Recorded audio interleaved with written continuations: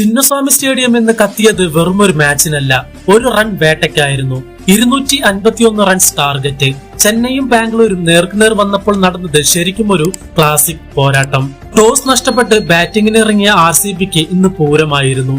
ദേവദത്ത് പടിക്കൽ 29 പന്തിൽ 50 റൺസുമായി അടിത്തറയിട്ടു. പക്ഷേ ക്ലൈമാക്സിൽ ടിം ഡേവിഡ് എന്ന കൊലയാളി അവതരിച്ചു. വെറും 25 പന്തിൽ 70 റൺസ്. കൂട്ടിന് രജത് പണ്ഡിതാറിന്റെ 19 പന്തിൽ 48 റൺസ് കൂടിയായപ്പോൾ RCB സ്കോർ ബോർഡിലെത്തിയത് ഈ സീസണിലെ ഏറ്റവും ഉയർന്ന സ്കോറായ 250 റൺസ് ആയിരുന്നു. മറുപടി ബാറ്റിംഗിനിറങ്ങിയ ചെന്നൈക്ക് തുടക്കമേ പിഴച്ചു.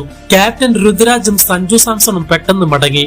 സർഫറസ് ഖാന് 50 റൺസുമായി പൊരുതി നോക്കിയെങ്കിലും RCB ബൗളർമാർ വിട്ടുകൊടുത്തില്ല.